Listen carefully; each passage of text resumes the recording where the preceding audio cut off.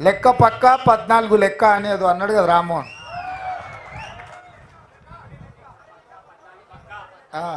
ఏంది లెక్క పక్క 14 పక్క.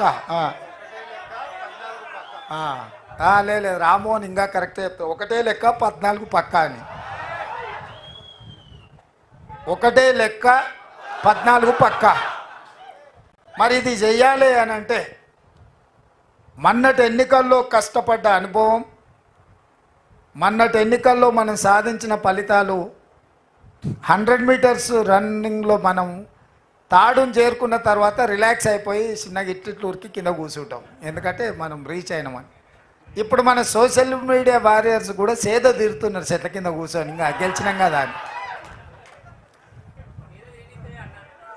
అందుకే ఇప్పుడు మళ్ళీ లేచి అందరి సెలవులు క్యాన్సిల్ అయిపోయినాయి.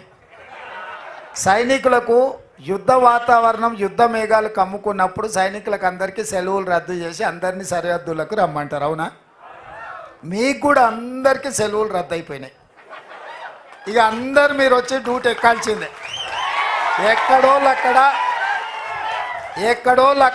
ఎక్కడికక్కడ అప్రమత్తంగా భవిష్యత్ కార్యాచరణ తీసుకొని ముందుకు వెళ్ళాలి.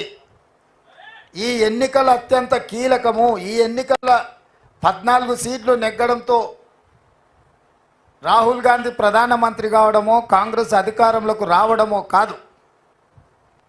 75 ఏళ్ళలో 50 ఏళ్ళ పైన మనమే అధికారం ఉన్నాం. రాహుల్ గాంధీ గారు ముత్తాత, నాయనమ్మ, నాయన అందరు ప్రధానమంత్రి పదవులు చూసారు. స్వతంత్రం వచ్చినప్పటి నుంచి సొంత ఇల్లు లేకుంటే ప్రభుత్వ బంగళాలనే ప్రధానమంత్రులుగానే వాళ్ళు ఉన్నారు. వాళ్ళకి పదవి కొత్త కాదు. కానీ ఎన్నికల గెలుపు ఎందుకు కీలకం అంటే